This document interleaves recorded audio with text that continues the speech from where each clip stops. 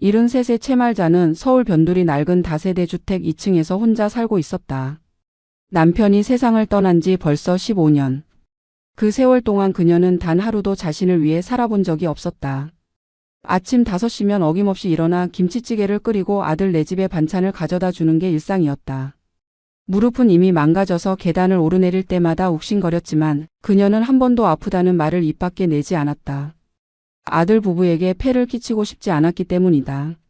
30년 전 며느리 박미영이 처음 집에 왔을 때만 해도 말자는 기뻤다. 아들이 좋은 사람을 만났다고 이제 자신의 짐을 덜 수 있겠다고 생각했다.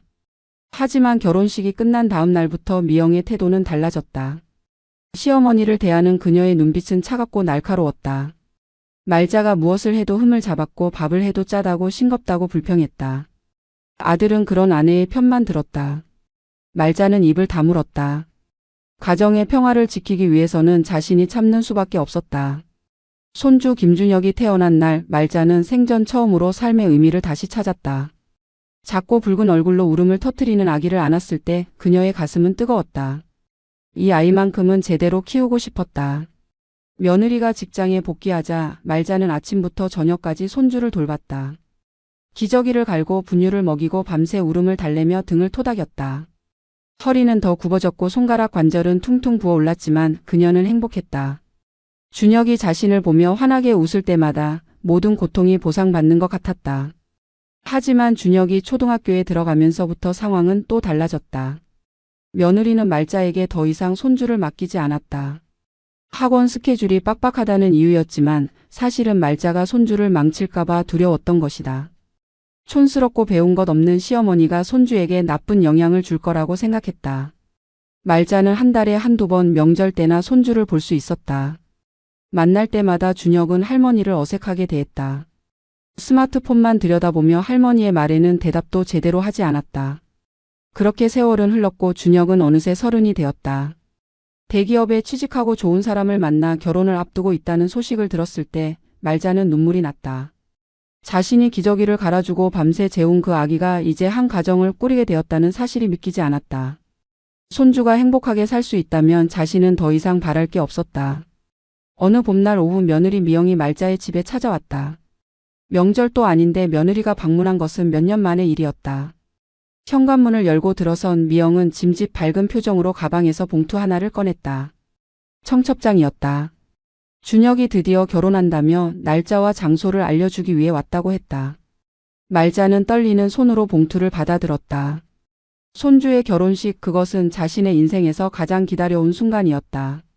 며느리가 돌아간 후 말자는 소파에 앉아 청첩장을 천천히 펼쳐보았다. 반짝이는 금박이 입혀진 고급스러운 종이에는 신랑 신부의 이름이 우아한 글씨체로 새겨져 있었다.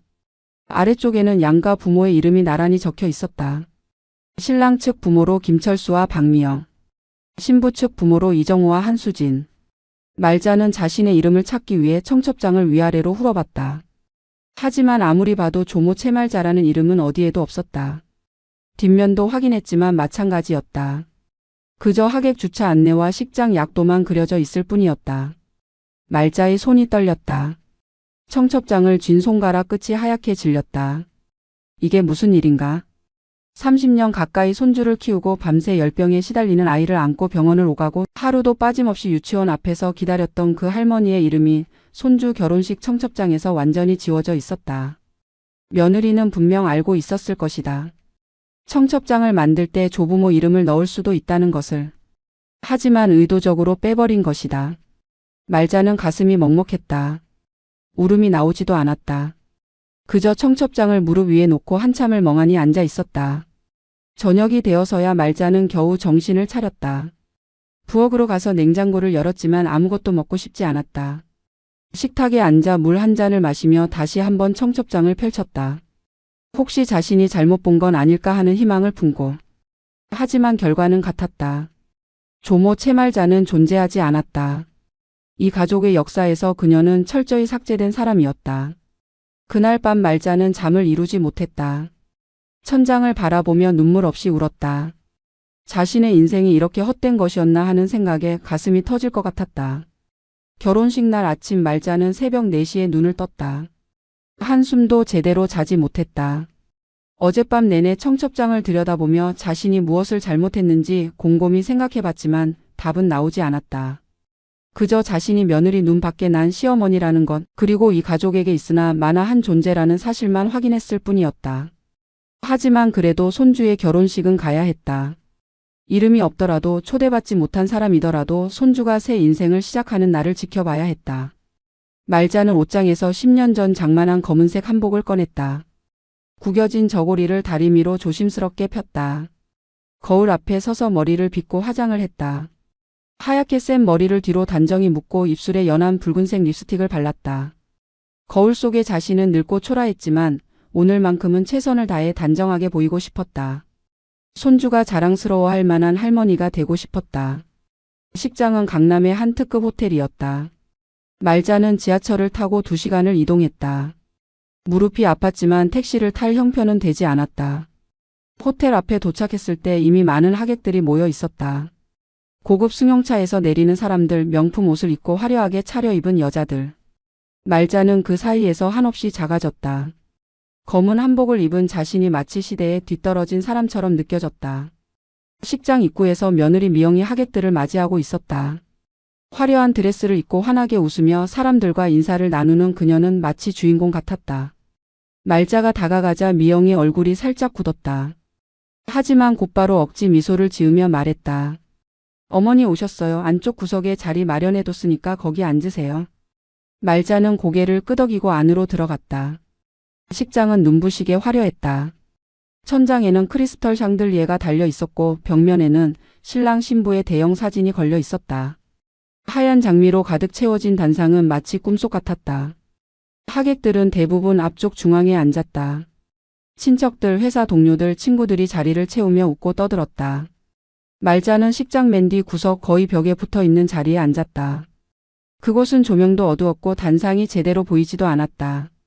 마치 투명 인간 취급을 받는 것 같았다. 주변 사람들은 말자를 거들떠보지도 않았다. 누군가가 지나가다 살짝 부딪혔지만 사과조차 하지 않았다.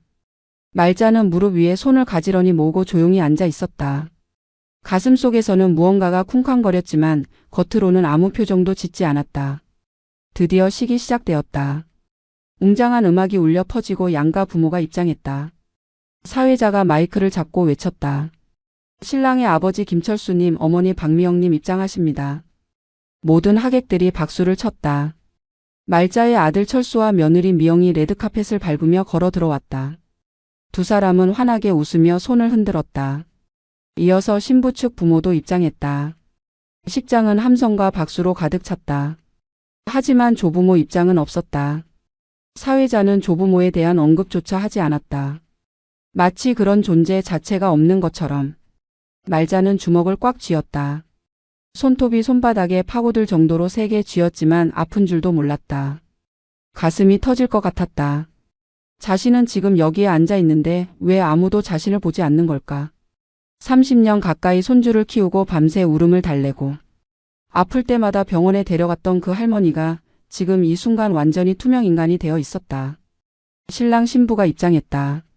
준혁은 새하얀 턱시도를 입고 신부는 눈부신 드레스를 입고 있었다. 두 사람은 행복해 보였다. 말자는 손주의 얼굴을 바라봤다. 준혁은 한 번도 할머니가 있는 쪽을 쳐다보지 않았다. 아니 어쩌면 할머니가 여기 있다는 사실조차 몰랐을지도 모른다. 식이 진행되는 동안 말자는 계속 앉아 있었다. 주례 선생님이 장황한 덕담을 늘어놓고 양가 부모가 감사 인사를 하고 신랑 신부가 절을 올렸다. 모든 순서가 끝나고 하객들이 식사를 하러 이동하기 시작했다. 말자는 천천히 자리에서 일어났다. 무릎이 욱신거렸지만 참았다. 식장 밖으로 나가려는데 몇몇 하객들의 대화가 귓가에 들렸다. 신랑 측 조부모는 안 계신가 봐요. 아니 할머니가 계신다던데 왜 이름이 청첩장에 없었지? 혹시 사이가 안 좋은 건가? 말자는 고개를 숙이고 빠르게 식장을 빠져나왔다. 눈물이 나올 것 같았지만 참았다. 이곳에서 울 수는 없었다. 자존심이 허락하지 않았다. 복도 끝 화장실로 들어가 거울 앞에 섰다. 거울 속의 자신은 창백하고 초라했다. 말자는 세면대에 손을 짚고 한참을 서 있었다. 숨을 크게 들이쉬고 내쉬며 마음을 가라앉혔다. 이제 돌아가야 한다. 이 굴욕스러운 하루를 끝내고 집으로 돌아가 이 모든 것을 잊어야 한다. 하지만 그게 가능할까? 이 상처가 과연 아물 수 있을까? 말자는 화장실에서 나와 복도를 천천히 걸었다. 무릎이 아팠지만 표정은 담담했다. 이제 집으로 돌아가야 한다고 더 이상 이곳에 머물 이유가 없다고 스스로에게 말했다. 하지만 식장을 완전히 빠져나가기 전 뷔페장 쪽에서 들려오는 웅성거림이 그녀의 발걸음을 멈춰 세웠다. 하객들이 음식을 먹으며 나누는 대화 소리가 복도까지 새어나오고 있었다. 말자는 본능적으로 기둥 뒤에 몸을 숨기고 그들의 이야기에 귀를 기울였다. 중년 여자 몇 명이 테이블에 둘러앉아 수군거리고 있었다. 그들은 신랑 측 친척이거나 아들 회사 동료의 부인들로 보였다. 그런데 신랑 할머니는 안 계시나 봐요. 한 여자가 먼저 입을 열었다. 다른 여자가 고개를 저으며 대답했다. 아니요, 계신다고 들었어요. 근데 청첩장에 이름이 없더라고요. 세 번째 여자가 끼어들었다. 아, 맞아요. 저도 그거 이상하다고 생각했어요. 보통은 조부모 이름도 넣잖아요. 특히 손주를 키운 분이라면 당연히 넣어야 하는 거 아니에요? 첫 번째 여자가 목소리를 낮추며 말했다. 제가 들은 바로는요, 시어머니가 진짜 손주를 키웠대요. 며느리가 직장 다닐 때 아침부터 저녁까지 돌봐주고 아플 때마다 병원 데리고 다니고 그랬다던데. 그런 분 이름을 빼다니 이건 좀 아니지 않아요? 다른 여자들도 고개를 끄덕이며 동의했다. 며느리가 시어머니랑 사이가 안 좋나 봐요. 요즘 젊은 사람들은 시부모 모시는 거 귀찮아 하잖아요. 그래도 이 정도는 아닌 것 같은데. 청첩장에서 이름을 빼다니 이건 진짜 너무한 거 아니에요? 말자는 기둥 뒤에서 주먹을 불끈 쥐었다. 사람들이 자신에 대해 이야기하고 있다는 사실이 창피했지만 동시에 누군가 자신의 편을 들어준다는 게 조금이나마 위로가 되었다. 하지만 그 위로는 오래가지 못했다. 곧이어 다른 목소리가 들렸다. 글쎄요, 우리가 속사정을 어떻게 알아요? 혹시 시어머니가 며느리한테 잘못한 게 있을 수도 있잖아요. 요즘 며느리들이 무턱대고 시어머니 싫어하는 건 아니에요. 다 이유가 있어서 그런 거죠. 분위기가 순식간에 바뀌었다. 그래, 맞아요. 시어머니들 중에 진짜 독한 분들 많잖아요. 겉으로는 착한 척하면서 뒤에서는 며느리 괴롭히고. 혹시 이 집도 그런 케이스 아니에요? 여자들의 대화는 점점 더 험악해졌다. 말자는 더 이상 듣고 싶지 않았다. 귀를 막고 싶었지만 발이 땅에 붙은 것처럼 움직이지 않았다. 그들의 말 한마디 한마디가 날카로운 칼처럼 가슴을 찔렀다. 한 여자가 말했다. 저도 시어머니 때문에 진짜 고생 많이 했거든요. 처음엔 착하신 줄 알았는데 나중에 보니까 진짜 독하더라고요. 손주 키워준다고 하면서 자기 방식대로만 키우려고 하고 며느리 말은 무시하고. 그래서 결국 애 안 맡기고 어린이집 보냈어요. 다른 여자들도 비슷한 경험담을 쏟아냈다. 시어머니가 손주한테 이상한 걸 먹이고 교육 방침을 무시하고 며느리를 무능력하다고 욕하고. 그래서 요즘은 손주 안 맡기는 게 답이에요. 차라리 돈 주고 남한테 맡기는 게 낫죠. 말자는 가슴이 미어졌다. 자신은 그런 시어머니가 아니었다. 며느리가 시키는 대로 했고 손주를 키울 때도 며느리의 지시를 따랐다. 분유는 몇 시에 먹이고 낮잠은 몇 시간 재우고 무엇을 먹이면 안 되는지 일일이 메모해서 지켰다. 자신의 생각을 강요한 적도 며느리를 무시한 적도 없었다. 그저 조용히 뒷바라지만 했을 뿐이었다. 하지만 그런 사실을 아무도 몰랐다. 사람들은 자신을 그저 평범한 혹은 문제 있는 시어머니로 치부하고 있었다. 또 다른 여자가 말했다. 그래도 아무리 그래도 청첩장에 이름을 빼는 건 좀 심한 것 같아요. 차라리 안 오시게 하든지. 이렇게 오시게 해놓고 이름은 빼놓으면 그게 얼마나 창피하겠어요. 다른 여자가 웃으며 대꾸했다. 아이고, 그러니까요. 근데 어쩌겠어요. 요즘 시대가 그런걸요. 시부모는 돈이나 대주고 뒤로 빠지는 게 정답이에요. 괜히 나서면 미움만 사요. 말자는 더 이상 참을 수 없었다. 귀를 막은 채 복도를 빠르게 걸어 식장 밖으로 나갔다. 호텔 로비를 지나 밖으로 나오자 차가운 바람이 얼굴을 때렸다. 말자는 멈춰 서서 하늘을 올려다봤다. 맑고 푸른 하늘이 너무나 아름다웠다. 하지만 그 아름다움이 자신과는 아무 상관없는 것처럼 느껴졌다. 세상은 여전히 밝고 따뜻했지만 말자의 세계는 어둡고 차가웠다. 지하철역으로 향하는 길 말자는 무거운 발걸음을 옮겼다. 주변 사람들은 행복해 보였다. 연인들이 손을 잡고 걸었고 가족들이 웃으며 대화를 나눴다. 하지만 말자는 그 어떤 것에도 속하지 못했다. 자신은 가족도 연인도 친구도 없는 외로운 노인일 뿐이었다. 지하철을 타고 집으로 돌아가는 내내 말자는 창밖을 멍하니 바라봤다. 어둠이 내리고 있었다. 세상이 점점 캄캄해졌다. 마치 자신의 인생처럼. 말자는 집에 도착한 후 며칠 동안 아무것도 하지 않았다. 밥도 제대로 먹지 않고 잠도 설쳤다. 몸은 천근만근 무거웠고 가슴속엔 검은 구멍이 뚫린 것 같았다. 손주의 결혼식에서 겪은 모든 일들이 머릿속에서 끊임없이 재생되었다. 청첩장에서 지워진 자신의 이름, 식장 구석, 빈 의자, 하객들의 뒷담화. 그 모든 것이 칼처럼 가슴을 찔렀다. 말자는 자신이 왜 이렇게 살아왔는지, 무엇을 위해 희생했는지 알 수 없었다. 결혼식 다음 날 아침 말자는 겨우 몸을 일으켜 부엌으로 나갔다. 밥을 해야 한다는 생각이 본능적으로 들었지만 식탁 앞에 앉자마자 무기력함이 몰려왔다. 냉장고에는 아직 먹을 것이 있었지만 입맛이 없었다. 물 한 잔을 마시고 다시 방으로 돌아가려는데 현관문 밖에서 바스락거리는 소리가 들렸다. 누군가 문틈으로 무언가를 밀어 넣은 것 같았다. 말자는 천천히 현관으로 걸어가 문을 열었다. 바닥에 하얀 봉투 하나가 놓여 있었다. 봉투를 집어들자 익숙한 필체가 보였다. 며느리 미영의 글씨였다. 말자는 봉투를 뜯지 않고 한참을 바라봤다. 안에 무엇이 들었는지 짐작이 갔다. 축의금. 결혼식에 참석한 하객들이 내는 그 돈. 하지만 왜 며느리가 이걸 자신에게 가져다 준 걸까? 말자는 떨리는 손으로 봉투를 열었다. 안에는 얇은 쪽지 한 장과 함께 현금이 들어 있었다. 쪽지에는 이렇게 적혀 있었다. 어머니, 축의금은 안 내셔도 돼요. 그냥 받으세요.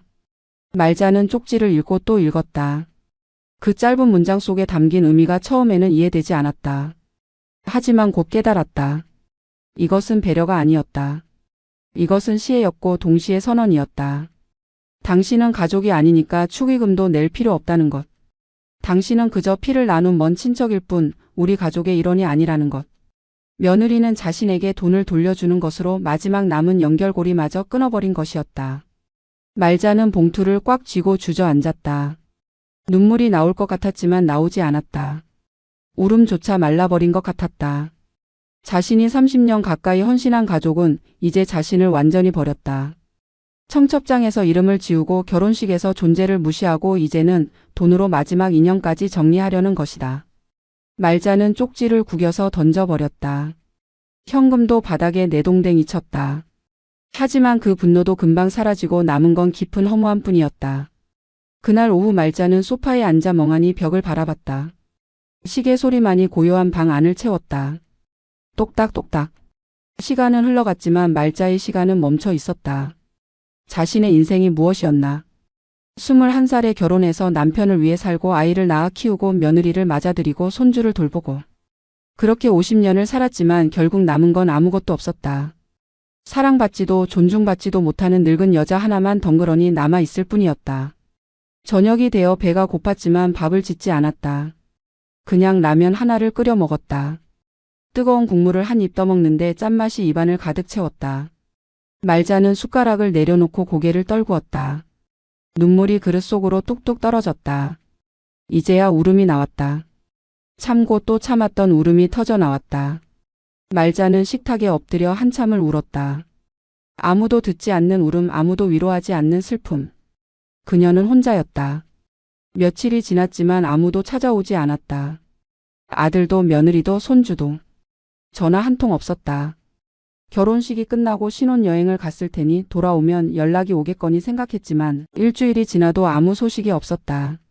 말자는 점점 더 깊은 고립감에 빠져들었다. 자신은 정말 이 세상에 필요 없는 사람이구나. 있으나 마나 한 존재구나. 그런 생각이 머릿속을 가득 채웠다. 어느 날 밤 말자는 잠을 이루지 못하고 일어나 거실로 나왔다. 텔레비전을 켜니 드라마가 하나 방영되고 있었다. 가족 드라마였다. 할머니가 손주를 사랑으로 키우고 손주가 할머니에게 효도하는 내용이었다. 말자는 화면을 보다가 리모컨을 집어던졌다. 저건 드라마일 뿐이다. 현실은 저렇지 않다. 현실에서는 할머니가 아무리 헌신해도 가족들은 냉정하게 외면한다. 사랑은 보답받지 못하고 희생은 당연하게 여겨진다. 말자는 부엌으로 가서 서랍을 열었다. 오래된 사진첩이 하나 있었다. 먼지를 털어내고 펼쳐보니 손주가 아기였을 때 찍은 사진들이 가득했다. 첫돌 사진, 돌잔치 사진, 유치원 입학식 사진. 그 모든 사진 속에 말자가 있었다. 손주를 안고 웃고 있는 말자, 손주 손을 잡고 걷는 말자. 하지만 이제 그 사진들은 아무 의미가 없었다. 그 시간들은 지워졌고 그 추억들은 부정당했다. 말자는 사진첩을 덮고 다시 서랍 속에 밀어 넣었다. 더 이상 과거를 돌아보고 싶지 않았다. 일주일이 더 지나고 말자는 겨우 마음을 추스렸다. 더 이상 울지 않기로 했다. 울어봤자 달라지는 건 아무것도 없었다. 차라리 현실을 직시하고 앞으로 어떻게 살아갈지 생각해야 했다. 그날 아침 말자는 오랜만에 씻고 깨끗한 옷으로 갈아입었다. 밖으로 나가기로 했다. 집에만 틀어박혀 있으면 미쳐버릴 것 같았다. 말자는 동네 주민센터로 향했다. 특별한 용무가 있는 건 아니었지만 걷다 보니 발걸음이 그곳으로 향했다. 주민센터 앞에는 몇몇 노인들이 앉아 이야기를 나누고 있었다. 말자는 그들을 지나쳐 안으로 들어갔다. 민원실 직원에게 다가가 조용히 말했다. 가족관계 증명서 좀 떼고 싶습니다. 직원은 신분증을 확인하고 서류를 출력했다. 몇 분 후 말자는 따끈한 서류를 손에 쥐고 벤치에 앉았다. 서류를 펼쳐보는 순간 말자의 손이 멈췄다. 자신의 이름 아래 배우자 정보가 있고 그 밑에 자녀 정보가 있었다. 아들 김철수. 하지만 손자 정보 칸을 보는 순간 말자는 숨이 막혔다. 김준혁 남 30살. 그 밑에 부모 정보만 있을 뿐 조부모 정보는 비어 있었다. 아니, 비어 있는 게 아니었다. 아예 삭제되어 있었다. 며느리가 재혼했을 때 호적을 정리하면서 손주와 자신의 법적 관계를 끊어버린 것이었다. 말자는 믿을 수 없었다. 어떻게 이럴 수가 있나. 법적으로까지 자신을 지워버리다니. 며느리는 단순히 청첩장에서 이름을 빼는 걸로 만족하지 않았다. 아예 서류상에서도 자신을 삭제해버린 것이다. 이제 말자는 손주와 아무 관계도 아니었다. 법적으로 공식적으로 완전히 남이 되어버렸다. 말자의 손이 떨렸다. 서류가 바닥에 떨어졌다. 주변 사람들이 쳐다봤지만 말자는 신경 쓰지 않았다. 그저 멍하니 앞을 바라볼 뿐이었다. 한참을 그렇게 앉아 있다가 말자는 서류를 집어들고 주민센터를 나왔다. 차가운 바람이 얼굴을 때렸지만 아무것도 느껴지지 않았다. 발걸음은 무거웠고 머리는 하얘졌다. 집으로 돌아가는 길 말자는 공원 벤치에 앉았다. 옆에는 젊은 엄마가 유모차를 밀고 지나갔다. 아기가 깔깔 웃고 있었다. 말자는 그 아기를 바라봤다.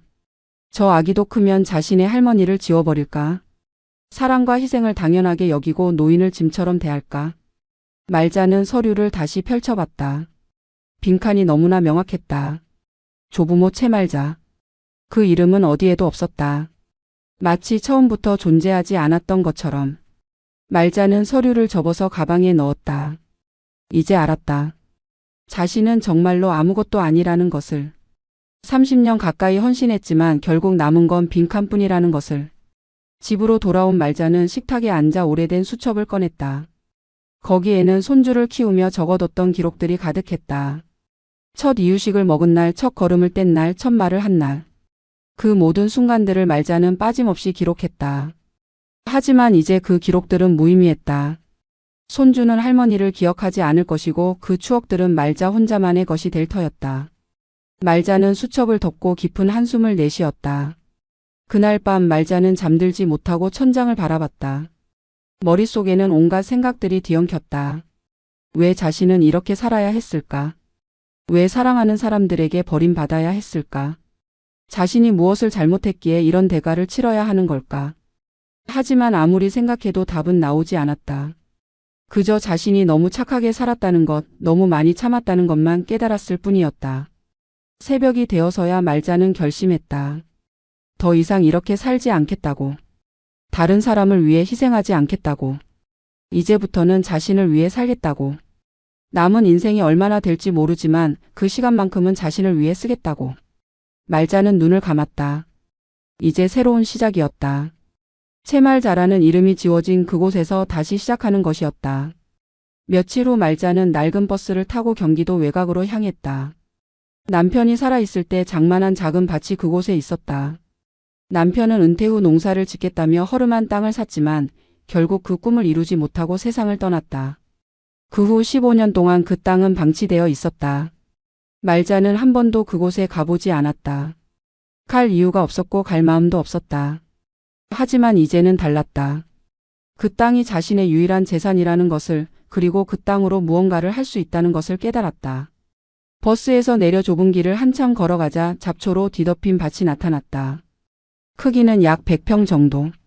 주변에는 다른 밭들도 있었지만 대부분 잘 관리되고 있는 것에 비해 남편의 밭은 완전히 버려져 있었다. 말자는 철문을 열고 안으로 들어갔다. 무릎까지 차오르는 잡초를 헤치며 걸었다. 신발 속으로 흙이 들어왔지만 개의치 않았다. 밭 한가운데 서서 주변을 둘러봤다. 멀리 산이 보이고 하늘은 맑았다.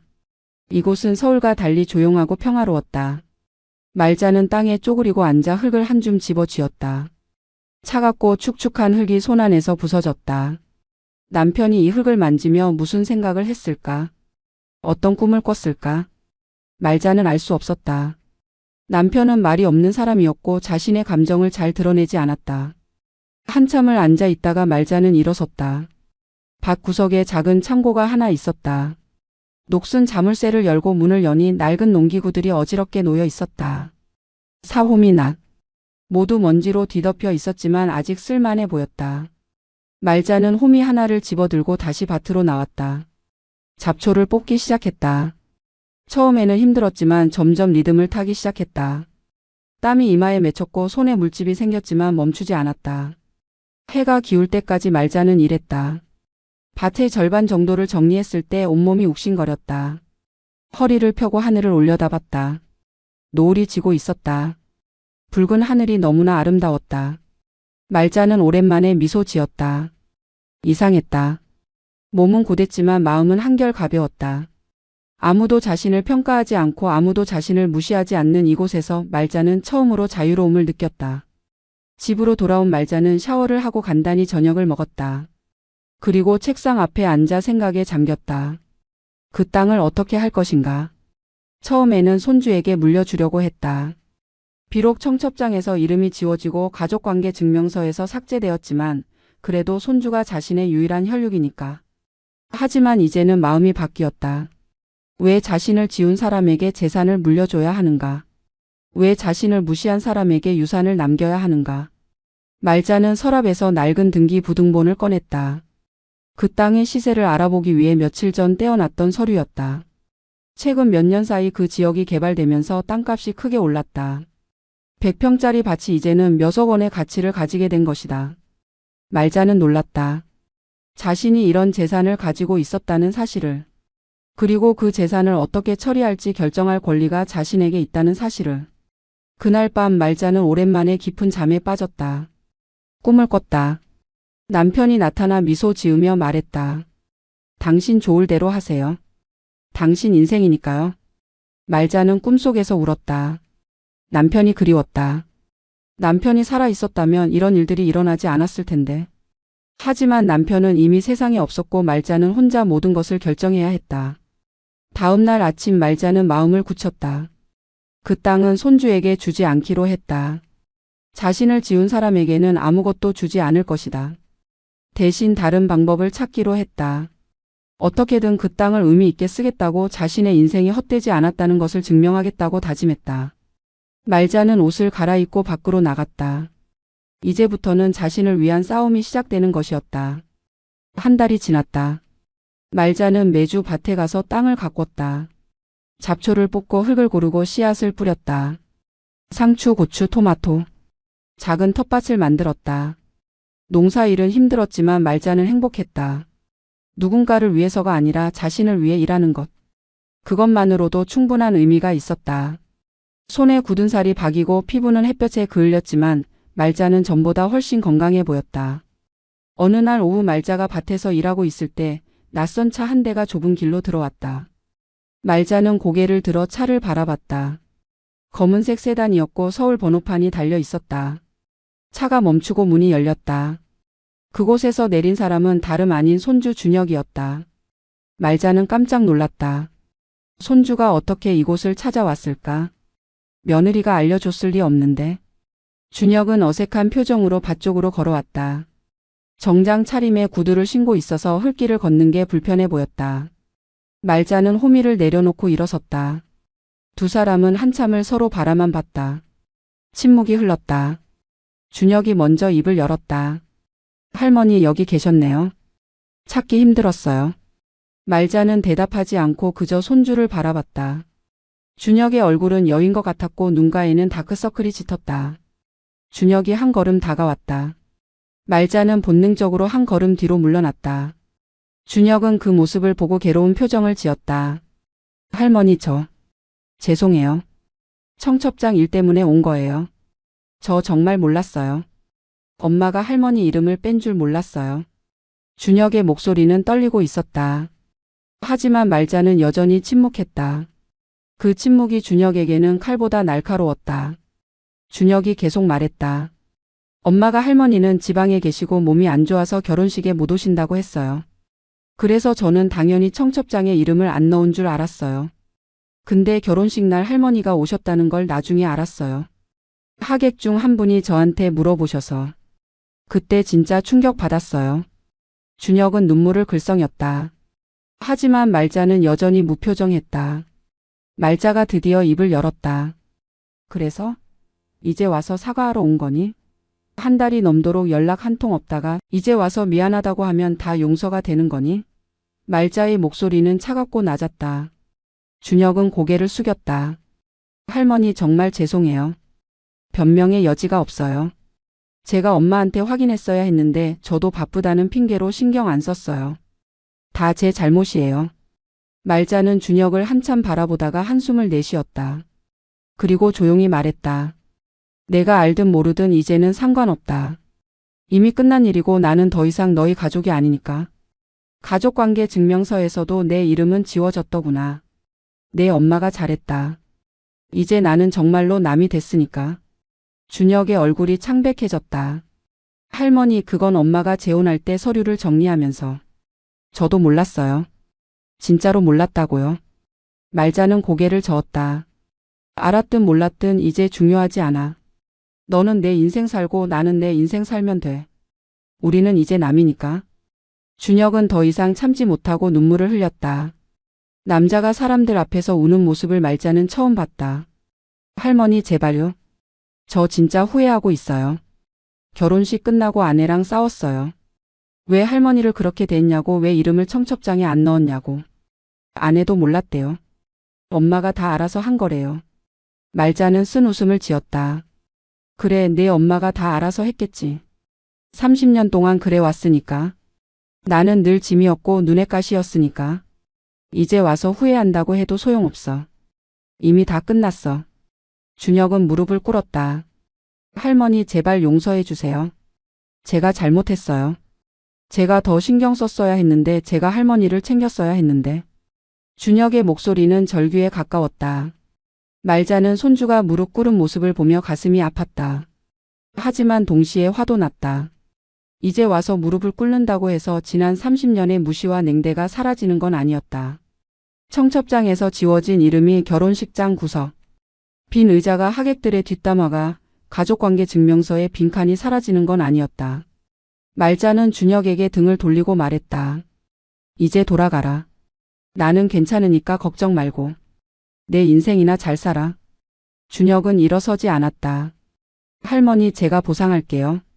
뭐든지 할게요. 다시 기회를 주세요. 말자는 고개를 저었다. 보상? 무엇으로 보상할 건데? 돈? 아니면 가끔씩 찾아오는 것? 그런 건 필요 없어. 나는 이제 혼자 사는 게 편해. 아무도 날 상처 주지 않고 아무도 날 무시하지 않으니까. 준혁은 더 이상 말을 잇지 못했다.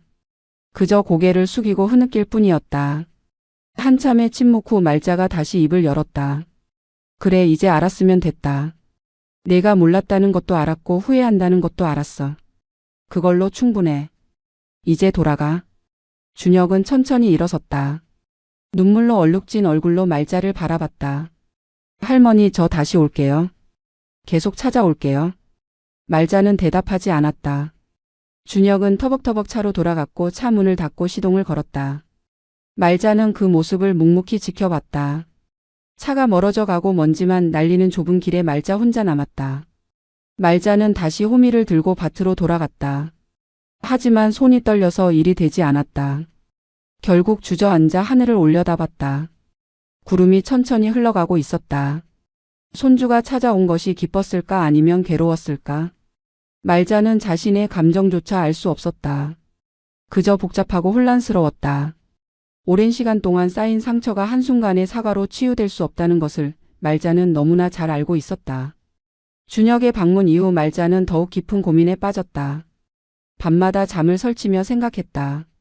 손주를 용서해야 할까 아니면 이대로 관계를 끊어야 할까? 준혁이 진심으로 후회하는 것 같았지만 그렇다고 모든 것이 원래대로 돌아갈 수는 없었다.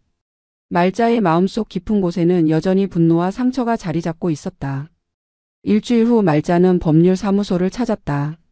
오래된 건물 3층에 위치한 작은 사무실이었다. 변호사는 50대 중반의 여자였고 친절한 인상이었다. 말자는 앉자마자 바로 본론을 꺼냈다. 유언장을 쓰고 싶습니다. 변호사는 고개를 끄덕이며 서류를 꺼냈다. 재산 목록을 말씀해 주시겠어요? 말자는 경기도에 있는 밭 이야기를 했다. 현재 시세로 약 3억 원 정도 된다고 했다. 변호사가 물었다. 그 재산을 누구에게 물려주고 싶으세요? 말자는 잠시 망설이다가 대답했다. 손주에게 주고 싶습니다. 하지만 조건을 달고 싶어요. 변호사는 펜을 들고 기다렸다. 말자는 천천히 말을 이어갔다. 손주가 매년 노인 돌봄 봉사를 10회 이상 해야 합니다. 그 증명서를 제출해야만 땅을 상속받을 수 있게 해주세요. 변호사는 놀란 표정으로 말자를 바라봤다. 그런 조건도 가능한가요? 변호사는 잠시 생각하더니 대답했다. 가능합니다. 부담부 유증이라고 하는데 상속을 받는 대신 특정 의무를 이행해야 한다는 조건을 붙일 수 있어요. 다만 그 의무가 법적으로 실행 가능한지 확인해야 합니다. 노인 돌봄 봉사는 충분히 가능합니다. 자원봉사 확인증을 제출하는 방식으로 증빙하면 되니까요. 말자는 안도의 한숨을 내쉬었다. 그럼 그렇게 해주세요. 변호사가 물었다. 혹시 여쭤봐도 될까요? 왜 이런 조건을 다시는 겁니까? 보통은 금전적 조건을 달거나 특정 목적에 사용하라는 조건을 다는데 봉사 조건은 처음 봐서요. 말자는 잠시 침묵하다가 입을 열었다. 제 손주가 돈보다 더 중요한 게 있다는 걸 알았으면 좋겠어서요. 노인을 돌본다는 게 얼마나 힘든지 그리고 그 노인들이 얼마나 외로운지 알았으면 좋겠어요. 그래야 자기 할머니한테 했던 일을 후회할 테니까요. 변호사는 고개를 끄덕였다. 이해합니다. 그렇게 작성하겠습니다. 두 사람은 1시간 넘게 앉아 유언장의 세부 조항을 정했다. 봉사는 매년 10회 각 회당 최소 4시간 이상. 봉사 장소는 요양원, 노인복지관, 독거노인 가정 등. 봉사 확인증은 공식 기관에서 발급받은 것만 인정. 만약 이 조건을 이행하지 않으면 상속권은 자동으로 박탈되고 재산은 사회복지단체에 기부. 말자는 모든 조항을 꼼꼼히 확인했다. 유언장 작성이 끝나고 변호사가 말했다. 이 유언장은 공증을 받아야 법적 효력이 있습니다. 공증인 사무실에 같이 가시겠어요? 말자는 고개를 끄덕였다. 두 사람은 가까운 공증인 사무실로 이동했다. 거기서 말자는 유언장에 서명하고 도장을 찍었다. 공증인이 확인하고 직인을 찍었다. 이제 이 유언장은 법적으로 완전한 효력을 가지게 되었다. 사무실을 나와 거리를 걷는데 말자는 마음이 한결 가벼워졌다. 손주에게 땅을 물려주되 그냥 주지는 않을 것이다. 노력해서 얻게 만들 것이다. 그 과정에서 손주가 진정으로 무언가를 깨닫기를 바랐다. 노인들이 얼마나 힘든 삶을 사는지, 얼마나 외롭고 소외되는지, 얼마나 존중받고 싶어 하는지. 그걸 알게 된다면 준혁은 자신이 할머니에게 얼마나 잔인했는지 깨달을 것이다. 며칠 후 말자는 준혁에게 편지를 보냈다. 긴 편지는 아니었다. 단지 몇 줄의 문장과 함께 유언장 사본을 동봉했다. 편지에는 이렇게 적혀 있었다. 준혁아, 내가 진심으로 후회한다면 이 조건을 받아들이거라. 땅은 내게 줄 것이다. 하지만 공짜로 주지는 않는다. 내가 노력해서 얻어라. 그 과정에서 무언가를 배우길 바란다. 할머니가. 편지를 붙이고 집으로 돌아오는 길 말자는 마음이 복잡했다. 이게 옳은 선택인지 확신할 수 없었다. 혹시 너무 가혹한 건 아닐까? 하지만 동시에 이보다 더 나은 방법이 있을까 싶었다. 그냥 땅을 주면 준혁은 아무것도 배우지 못할 것이다. 조건을 달아야만 그 과정에서 성장할 수 있을 것이다. 말자는 그렇게 스스로를 설득하며 집으로 돌아갔다. 1년이라는 시간이 흘렀다. 말자는 그동안 계속 밭을 가꿨다. 봄에는 씨앗을 뿌리고 여름에는 잡초를 뽑고 가을에는 수확을 했다. 겨울에는 땅을 쉬게 하고 다음 해를 준비했다. 농사일은 여전히 힘들었지만 말자는 그 속에서 삶의 의미를 찾았다. 땅은 거짓말을 하지 않았다. 노력한 만큼 결실을 주었고 게으르면 아무것도 자라지 않았다. 그 단순한 진리가 말자에게는 위안이 되었다. 준혁은 그 1년 동안 한 달에 한 번씩 말자를 찾아왔다. 처음에는 어색했다. 할머니와 손주 사이에 두터운 벽이 있었고 그 벽을 허무는 게 쉽지 않았다. 하지만 준혁은 포기하지 않았다. 매번 와서 밭일을 도왔고 말자의 안부를 물었다. 말자는 처음에는 냉담하게 대했지만 시간이 지나면서 조금씩 마음을 열기 시작했다. 준혁은 유원장의 조건을 성실히 이행했다. 매달 노인복지관에 가서 봉사를 했다. 처음에는 의무감에서 시작했지만 점점 그 일에서 의미를 찾기 시작했다. 복지관에는 말자 같은 노인들이 많았다. 외롭고 가족에게 버림받고 아무도 찾아오지 않는 노인들. 준혁은 그들과 대화하고 식사를 도와주고 함께 산책하며 그들의 이야기를 들었다. 그 과정에서 준혁은 깨달았다. 자신의 할머니가 얼마나 외로웠을지, 얼마나 상처받았을지를. 어느 날 준혁은 복지관에서 80대 할머니를 만났다. 그 할머니는 말자와 비슷한 이야기를 했다. 자신도 손주를 키웠지만 손주가 크고 나서는 연락이 끊겼다고. 명절에도 오지 않고 전화도 하지 않는다고. 그 할머니는 울면서 말했다. 내가 뭘 잘못한 걸까요? 나는 그 애를 위해 내 인생을 다 바쳤는데. 준혁은 그 할머니를 안아주며 함께 울었다. 자신의 할머니 얼굴이 계속 떠올랐다. 그 일 이후 준혁은 더욱 열심히 봉사를 했다. 1년 동안 10회가 아니라 20회 넘게 봉사를 다녔다. 주말마다 복지관에 가서 노인들과 시간을 보냈다. 그들의 이야기를 듣고 그들의 손을 잡아주고 그들이 외롭지 않게 해주려고 노력했다. 아내도 함께 동참했다. 처음에는 시어머니 눈치를 보며 소극적이었지만 점점 진심으로 봉사에 임하게 되었다. 두 사람은 그 과정에서 많은 것을 배웠다.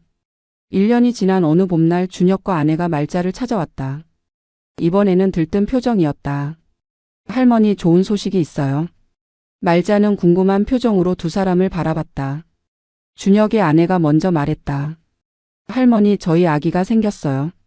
임신 5개월이에요. 말자는 놀라서 눈을 크게 떴다. 정말? 준혁이 환하게 웃으며 고개를 끄덕였다. 네, 할머니. 이제 할머니가 증조할머니가 되시는 거예요. 말자의 눈에 눈물이 고였다. 증조할머니. 그 단어가 너무나 낯설고도 감격스러웠다. 자신이 증조할머니가 될 나이가 된 것이다. 준혁이 말자의 손을 잡았다. 할머니, 그래서 저희가 할머니를 모시고 싶어요. 아기가 태어나면 할머니한테 자주 보여드리고 싶어요. 할머니도 아기 돌봐주시면서 같이 지내면 좋겠어요. 말자는 고개를 저었다. 아니다. 나는 여기가 편하다. 너희끼리 잘 살아라. 준혁의 아내가 말자의 다른 손을 잡았다. 할머니, 저 진심이에요. 그동안 제가 시어머니 눈치만 보고 할머니를 제대로 대하지 못했어요. 정말 죄송해요. 이제라도 할머니를 모시고 싶어요. 아기한테 증조할머니의 사랑을 듬뿍 받게 해주고 싶어요. 말자는 두 사람의 눈을 번갈아 바라봤다. 그들의 눈에는 진심이 담겨 있었다. 며칠 후 말자는 우편함에서 예쁜 봉투 하나를 발견했다. 돌잔치 초대장이었다.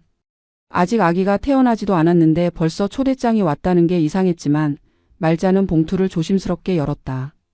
안에는 분홍색 카드가 들어 있었고 초음파 사진 한 장이 함께 동봉되어 있었다. 카드를 펼치자 맨 첫 줄에 이렇게 적혀 있었다. 증조모 채말자 님을 초대합니다. 말자는 그 글자를 보며 손가락으로 천천히 쓸어내렸다. 증조모 채말자. 자신의 이름이 다시 돌아왔다. 청첩장에서 지워졌던 그 이름이, 가족관계 증명서에서 삭제됐던 그 이름이 이제 다시 새겨졌다. 말자는 카드를 가슴에 안고 조용히 눈을 감았다.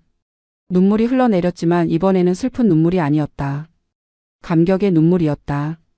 돌잔치 날 아침 말자는 새로 장만한 한복을 입었다. 연한 분홍색 저고리에 보라색 치마. 준혁의 아내가 골라준 것이었다. 거울 앞에 선 말자는 자신의 모습을 천천히 살폈다. 1년 동안 바치를 하며 피부는 그을렸지만 표정은 훨씬 밝아져 있었다. 눈가의 주름도 하얀 머리카락도 그대로였지만 그 안에 담긴 생기는 예전과 달랐다. 준혁이 차를 몰고 말자를 데리러 왔다. 조수석에는 아내가 앉아 있었고 뒷좌석에는 카시트가 설치되어 있었다. 카시트에는 작은 아기가 누워 있었다. 말자는 차에 타자마자 아기를 바라봤다.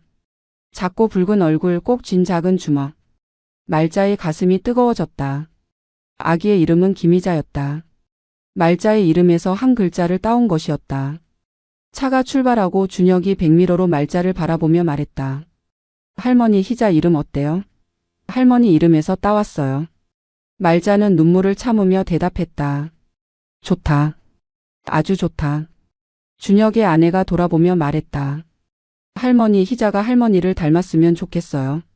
할머니처럼 강하고 따뜻한 사람으로 자랐으면 좋겠어요. 말자는 고개를 끄덕였다. 아무 말도 할 수 없었다. 목이 메어서. 돌잔치 장소는 좋은 호텔이었다. 하지만 1년 전 결혼식장과는 분위기가 완전히 달랐다. 입구에는 현수막이 걸려 있었다. 김희자 첫돌 잔치에 오신 것을 환영합니다. 증조할머니 채말자, 할아버지 김철수, 할머니 박미영, 그리고 모든 가족과 친지 여러분을 초대합니다. 말자는 그 현수막을 보며 멈춰섰다. 자신의 이름이 맨 앞에 있었다. 증조할머니 채말자. 더 이상 지워지지 않은 당당히 새겨진 이름. 식장 안으로 들어가자 준혁이 말자를 안내했다. 이번에는 구석 자리가 아니었다. 단상 바로 앞 가장 중앙의 테이블이었다. 거기에는 증조할머니 자리라는 팻말이 놓여 있었다. 말자는 그 자리에 앉았다. 주변에는 친척들과 친구들이 모여 있었다. 그들은 말자에게 인사를 건넸다. 증조할머니 축하드려요. 아기가 정말 예쁘죠? 말자는 처음으로 대접받는 기분을 느꼈다. 돌잔치가 시작되고 사회자가 마이크를 잡았다. 오늘 이 자리는 김희자 어린이의 첫 돌을 축하하는 자리입니다. 그리고 특별히 증조할머니 채말자 어르신께 감사를 드리는 자리이기도 합니다. 사회자가 말자를 소개했다. 채말자 어르신은 희자의 아버지 준혁 씨를 손수 키우셨고 이제 증손녀까지 보게 되셨습니다. 네 대가 함께하는 이 감격스러운 자리에 모두 박수로 어르신을 환영해 주시기 바랍니다. 식장이 박수로 가득 찼다. 말자는 일어서서 고개를 숙여 인사했다. 눈물이 흘렀지만 이번에는 부끄럽지 않았다. 기쁜 눈물이었으니까. 행복한 눈물이었으니까. 준혁이 단상으로 올라가 마이크를 잡았다. 오늘 이 자리에 와주신 모든 분들께 감사드립니다. 그리고 특별히 우리 할머니께 감사하다는 말씀을 전하고 싶습니다. 준혁의 목소리가 떨렸다. 준혁이 계속 말했다. 저는 할머니의 사랑을 제대로 몰랐습니다. 할머니가 얼마나 많은 것을 희생하셨는지, 얼마나 외로워하셨는지 몰랐습니다. 하지만 이제는 압니다. 그리고 평생 할머니께 보답하며 살고 싶습니다. 할머니 사랑합니다. 식장이 다시 한번 박수로 채워졌다. 말자는 손수건으로 눈물을 닦았다. 돌잔치가 끝나고 가족들이 모여 사진을 찍었다. 말자가 중앙에 앉고 양옆에 아들과 며느리가 섰다. 준혁과 아내는 그 뒤에 섰고 준혁의 아내가 희자를 안고 있었다. 사진사가 말했다. 자, 이제 증조할머니께서 아기를 안아주세요. 준혁의 아내가 희자를 말자에게 건넸다. 말자는 조심스럽게 아기를 안았다. 따뜻하고 부드러운 무게가 팔에 전해졌다. 희자는 말자를 보며 빙긋 웃었다.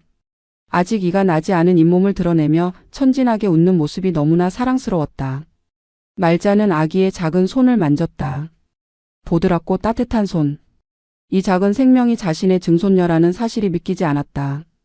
30년 전 준혁을 처음 안았을 때와 똑같은 감정이 밀려왔다. 사랑, 책임감, 그리고 희망. 사진사가 셔터를 눌렀다. 플래시가 터졌다.